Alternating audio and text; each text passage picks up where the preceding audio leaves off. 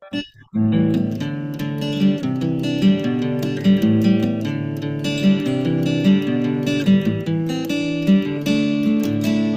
right, everybody, welcome to the show, our very first show, episode number one of two plant-based brothers. Number And one. for absolute transparency from the beginning, so my name is William. You can find me as William the Teacher. I am not 100% plant-based.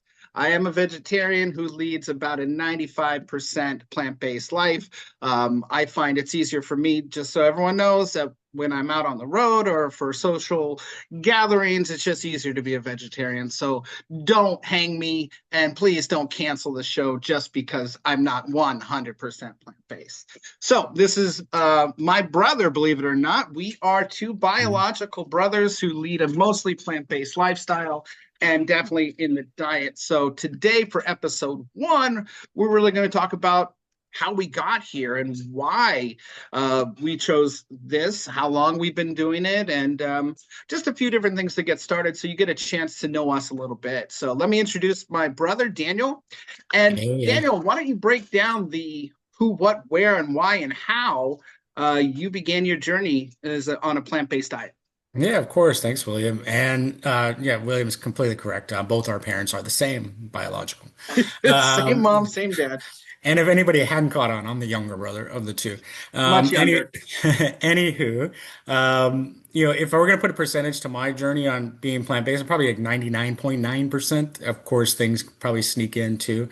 But for the most part, I am plant-based. I pretty much, even when I'm traveling, try to steer away from dairy and animal products and the such. But yeah, my journey started in 2020, actually. It was during the pandemic. So we're looking at a little over 5 years now. Yeah, just so Um, everyone knows, we are actually recording right now in September of 2025. So, yeah, so kind of have the idea of the math there. And I had a lot of time on my hand, like a lot of people did, and I've been meaning to do something different about my health. Something I think that's a big part of my journey is our dad's health and how it deteriorated over the course of his life. He was a heavy smoker. He didn't drink much, but he was a heavy smoker. He battled obesity up and down most of his life. He was diabetic.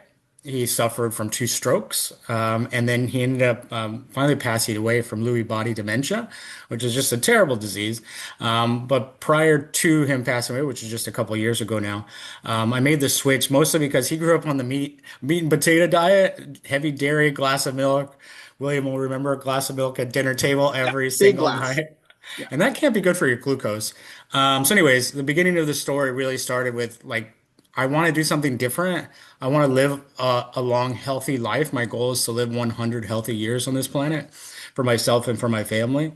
And yeah, I just kind of got to experiment with different recipes, and it was a lot easier than I expected to make the transition. But I had the pandemic to help me out with that. So basically, what I'm hearing, Daniel, is that it was based on family history. Yeah. Uh, was the impetus for it? It wasn't based on anything else. But you did some research on this, didn't you, prior to starting? I mean, did you find that a plant-based diet would reduce your chances of getting, dementia, Mhm. diabetes, or any of these other ailments? I had watched a couple documentaries, definitely, which are, some could say one-sided and heavy into what you're saying. I'm being able to either lower the risk of like some of those diseases, staying away from animal products, in particular, just like our food system in particular in the U.S. is pretty, I don't know. I don't trust it. And a lot of it came from the documentaries that I watched and just I didn't necessarily buy into it wholeheartedly at the beginning, but it just got me thinking. And that thinking just got me to think, okay, well, you know what? There's nothing wrong with plants, with vegetables and fruits of just natural sources that will fuel my body. As long as I feel like I get enough energy and fuel, I feel like this is something I could do. And I think there was a documentary, Game Changers was one I want to say it was called, and the other one was What the Health, were a couple of the ones that I saw early on. And I think one of the lines from Game Changers what really sticks in my mind is like, you never see, like if you hear the slogan, as strong as a bull, but you never see a bull eat meat. I thought that was kind of funny, and it stuck to me. Though I think bulls have like seven stomachs or something like that. Yeah, very interesting. And correct me if I'm wrong, but Game Changers was focused specifically on athletes, That's correct? right. Yep, that's right. Yeah. And so we're definitely going to talk about later on in this show, and not in this particular episode, but later on about your journey as an athlete and the different things that you've accomplished, Mhm. which you'll have plenty of time to brag about a little bit later. It's So, still a journey, and I know you're on the same journey. We might be on different parts of it, but we're in it together, which is a lot of fun. So I can't wait till we get to share with the audience about that. yeah. So how about you? Tell Oh, me kind of thank you for where asking. I does appreciate it. I was waiting for that. oh, it's coming. Yeah, no, I mean, very not quite similar in how we got started in the fact that it was pandemic for me personally. And, I never really enjoyed, I mean, to be honest, never really enjoyed eating steak. I think when we grew up, we would have steak a little bit once a week or something, but it was always really well done and hard to chew. And Yeah. I was infamous for actually chewing it until I couldn't chew anymore, then wiping my and spitting the steak out into the napkin because I couldn't chew it that much. Classic. It was just like eating a shoe. So one thing I will bring up is that we were both raised Catholic. And there are still parts of Catholicism that I follow, and one of those is Lent. And so I would often give up quote unquote meat for Lent because we weren't supposed to have meat on Fridays. And that's the time for you non Catholics out there in between Ash Wednesday and Easter when you're supposed to give something up of yourself, and help you get closer to God. And it's supposed to be 40 days and 40 nights. But as our maternal grandfather would tell you, if you add up all the days, it's more than that. So you can do whatever you want on Sunday. So he would always have a cigar on Sunday, even during Lent, but he would go the whole week without it. So, but that for us, it like fish wasn't considered meat. Right. And I would tell people that, I for Lent I'd give up meat, but I would still eat fish. I'd eat salmon, shrimp, all these Hmm. stuff. And to me, that was like being a vegetarian. Hmm. And then it wasn't that big deal for me when I decided to, cut back on meat because I wasn't that big of a meat eater, believe it or not. I was the kind of bean and cheese guy, if you will, Hmm. at the taco shop. So it was October of 2020. Okay. I ended up in the emergency room, and there'll be more information on that a little bit on a different episode. So you're gonna have to keep watching if you want more. And I changed my diet radically, Yeah. and so I was at the point to where I wasn't eating a lot of meat anyway. And really, for someone who really enjoys eating, if you want to eat a lot, I mean, stick to veggies. I mean, you think about how big of a pile of veggies you can create, very low calorie, and as long as you don't cover them in butter and different things like that. Hmm. But I was basically eating about one piece of chicken or one piece of salmon for dinner, and maybe some tuna for lunch, right? So Hmm. no big deal as far as the meat was concerned. And even then, the dairy products really fell down because of the added calories and fat that I was trying to cut. Hmm. So my diet had changed tremendously in the fall of 2020, to whereas when Lent came around in 2021, and my brother, my much younger brother was already doing this, I said, hey, for Lent, I'm going to become a vegan, right? Hmm. And you know, now I understand that there's a big difference between following a Right. plant-based diet and being a vegan. And so I definitely went onto YouTube. I watched a lot of different things and Hmm. made the decision to just cut out those small parts from my diet. And then Easter came and went, and I never went back, to say, well, yes, I didn't go back to meat eating. Still a vegetarian, but from time to time I will eat dairy. So, but my diet is almost completely, plant-based, and it all started with that challenge. And that's a great thing for me about Lent is always challenging yourself to be better. Hmm. And definitely went through a great period of weight loss by changing the diet, and then, able to keep it off pretty much. But as you can see, I'm not the thinnest guy, but I definitely feel better. I feel great. And I think it was one Wow. of the best things I did. Besides another change I made, which you're going to have to wait for a different episode while I tell you more about that one. Well, and I'll say I remember one. I remember when you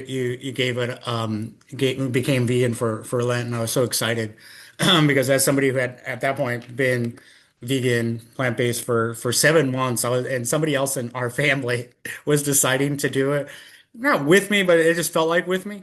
I got really excited. I was like, "Oh my gosh, this is great!" I remember the health scare like it was yesterday, and just thinking, "I'm so happy." One, that you're here, grateful that you're here, but then making a drastic change to be here for a lot longer, and taking it seriously. And then ever since then, like we've been bouncing back on recipes and slowly trying to convert other parts of our family, though subtly, because I don't know about you, William, but I'm not one to preach. I'm not Yeah. one to say, hey, you should do this, you should do that. But I love to spread and educate, and I love to teach people if they're interested in learning. So something for me, I really appreciated you on that journey, and I wanted to ask anything else besides the weight loss that you felt different, whether it's your body physically or at all.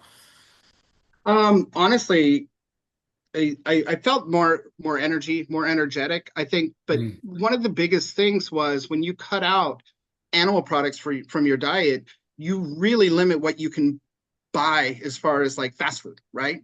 yeah. And I think that was the main thing. It might not be so much cutting out the animal products as was cutting out all the bad food Hmm. that you can find, because it's difficult to eat a plant-based lifestyle and still eat a bunch of junk. Right. It's convenient. I mean, you can go up and down the aisles, and we all know Oreos are plant-based, right? There's no Right. animal products in Oreos No. or Thin Mints, and there's so many different varieties of Right. coconut cream ice cream and all the different goodies that you can Yeah. find. But more than that, it really does limit what you can eat, and it makes those decisions very easy to drive Hmm. past the McDonald's or the Jack That's in the true. Box, No, and because absolutely they don't true. have anything for you, Yep. right? And now they're starting to, and that, well, not McDonald's, but like in the last few years they have, and I do remember that. I remember that being like an easy guardrail for myself of like not eating out for one. And because I was transitioning during the pandemic, we didn't really go out.